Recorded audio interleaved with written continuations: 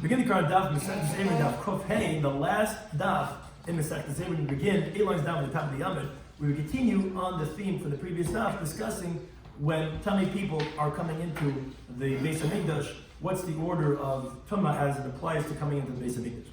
Ashir's corresponds because of Necheskel to anytime Daf Chaim Pushin was joining us for today's final daf in Masechtas Eruvin. Some of the things we discuss in today's daf are the order of priority of who should remove a sheretz or do repairs in the Beis Hamikdash.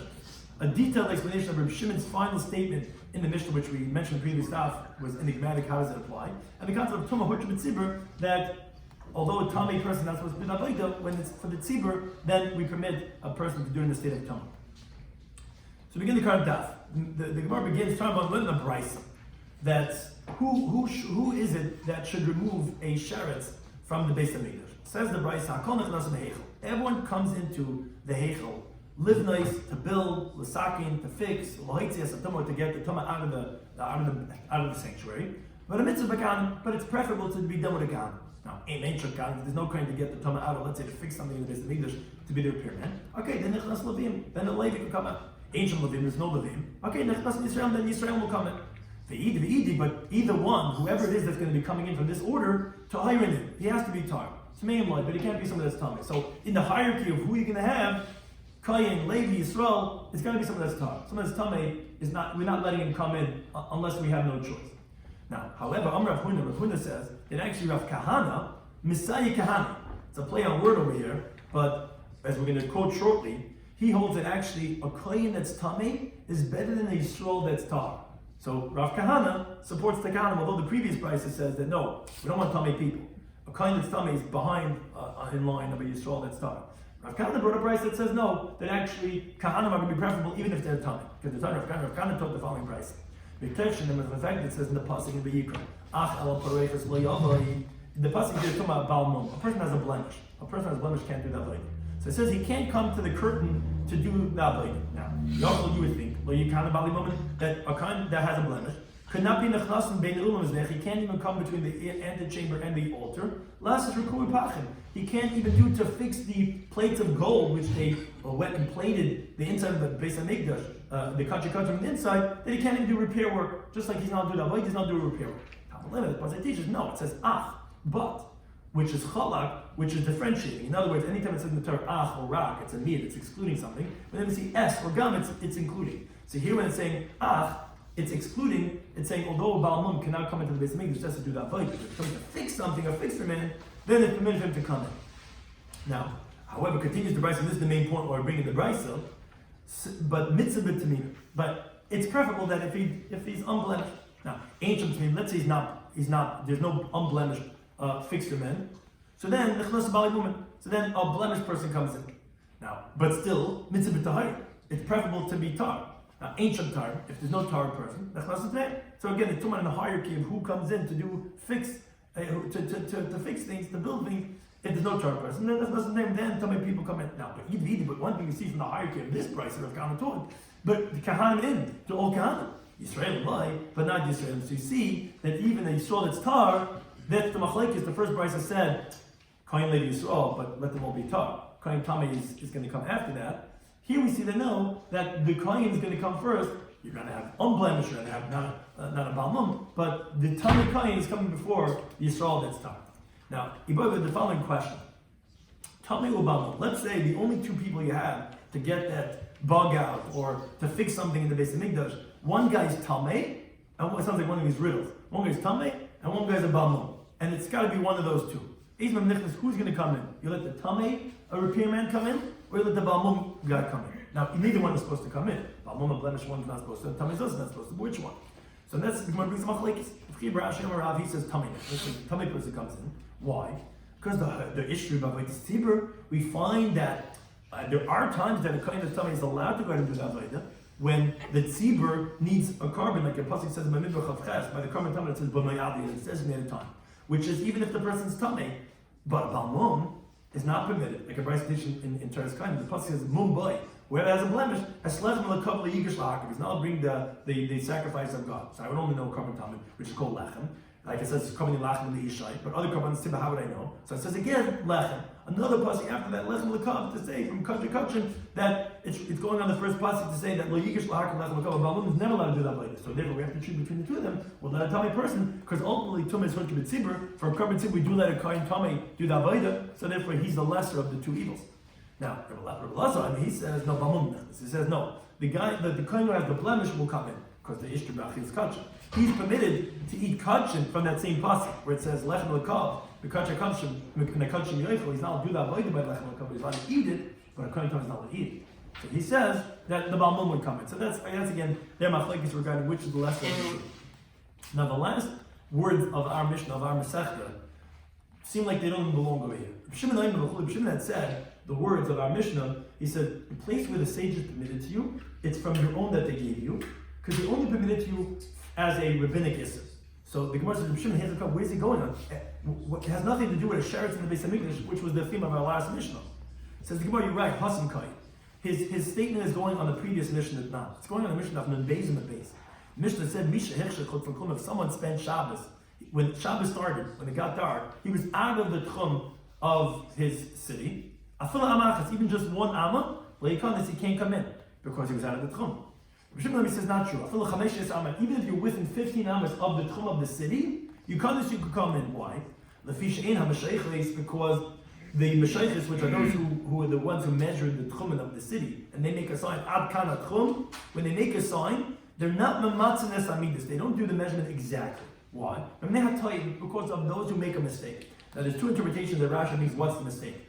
Either toy means toye hamida, meaning the guys who are doing themselves the measurements, they're afraid that maybe there's a margin of error anytime you're doing some type of a job. So therefore, when they do it, they make it smaller. They don't want to be in error. So it comes out that really it's not true. Really, the tchum really goes 15 amas further. So someone who by mistake, when Shabbos started, was a little bit out of the tchum, if he's within 15 amas, he's really within the 2,000 amas, as we already explained this on the days in the base. Or another interpretation is no. Actually, the guys who are doing the job, they know. We know where 2,000 amas is. But they're afraid if we make it till here, people are walking, they don't realize that they went past the tchum, and the guy's going to quickly go right back in, as if that's going to help. And therefore, they went and made it earlier on, so that when someone passes by, he's really still within the tchum, and then he's coming back in. But even that as whichever interpretation, the Reb Shimon says that because of error, really the tchum, when it says until here's where the tchum, it really goes another 15 amas. So if you started Shabbos within 15 amas of the tchum, you're really in the tchum. That's what he's saying over here in our Mishnah. The Kamer Tanakama because this is the Tanakama said Daf Yomi that you can't come in even if you want out of the Tchum. You come. Shimon is saying that no, you could come in. And what's he saying here in our Mishnah? The words were this that they permitted you these 15 amas is mishalchan naslach. What does it mean from yours they gave it to you? Because you were already in the Tchum.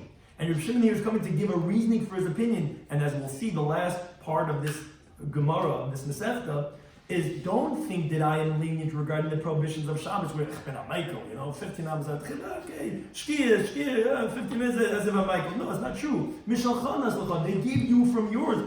It was already in your tchum, because they just don't stretch out the tchum all the way to the end. Now, so why is he saying it over here? The reason is because of the next point we're about to say, because of his machlokes he has with the Tanakhama regarding the reading of the string of the harp, which was a very recent Mishnah. Because, as the Gemara quotes, he said in the Mishnah, the next part of the statement was Shalei Tilcha, because they didn't permit you, El Mishum Shlos, only because of rabbinic issur. Says he went, hey, what's that going on? They didn't permit you only because of a Shlos Isra'ban. What does Isra'ban have to do? What does that have to do with Shalchan Eslachan? Where does that come in? Says the Gemara, Hasim Kait, that this last, actually Reb Shimon has two different statements, and he's putting these two statements together because each one clarifies, he's clarifying both together as it relates to a very recent Mishnah. It's Hasim Kait, it's going on the Mishnah of Daf Yomi, very recently. The Tanakhama had said that Kaisha, the Tanakhama said that if the Levine had the string of their harp that tore on Shabbos, you tie a knot. Now, Reb Shimon had disagreed, as we quoted him. Only Reb Shimon said in the Brisa, no, Ainva. You only tie a bow. You don't make a knot. Here is where he's coming to explain his reasoning why he's disagreeing with that Tanakhama over there, and he's saying that no, in the Beis Hamikdash they only permitted you to do a shvuz. They only permitted you to override rabbinic issur, because as the Gemara explains, Aniva, tying a bow, also the chiv chatas is not going to come to a chiv chatas, even if you did it in a permanent way. Shon the Rabbanon. That's what the Rabban permitted you to do in the Beis Hamikdash if the string tears. But Kshira, tying a knot, that technically could come to Chiyuv Chatas if you tied a knot of a string of a harp out of the Beis Hamikdash, which is not Hechsher Mitzvah. So you'd be tying a string, a knot, which is a Malacha D'Oraisa, like Shal Rabbanan. The Rabbanan did not permit you because of Gzeira, because you might make a Kesher Shal Kayama. You might make a permanent knot, and it could come to Chiyuv Chatas. So Rashi explains like this.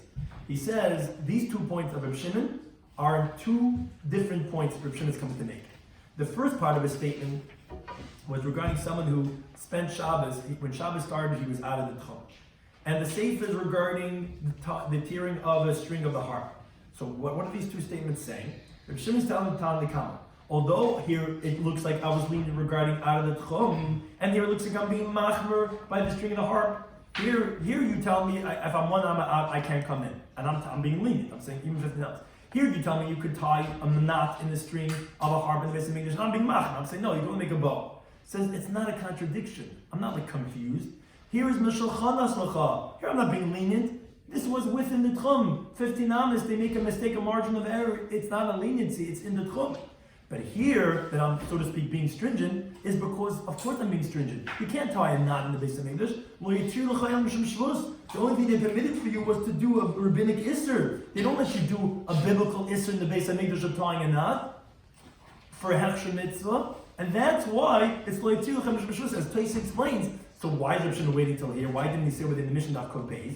It's because if you notice the theme of all the previous Mishnayos, we're continuing on what's b'mikdash avalei b'medina, which was started over there. So he waited till the Tanakh finished all the b'mikdash avalei b'medina, which ended over here. And then he says, okay, now you finished your list, what would be in the Beis Hamikdash and not in Medina. One of them was that you said you could tie a knot. I disagree on that. You cannot tie a knot on the string of the harp that tore. You could only make a bow. You're going to ask me, so why, if I'm being lenient over here, why am I leaning over there? I wasn't being lenient.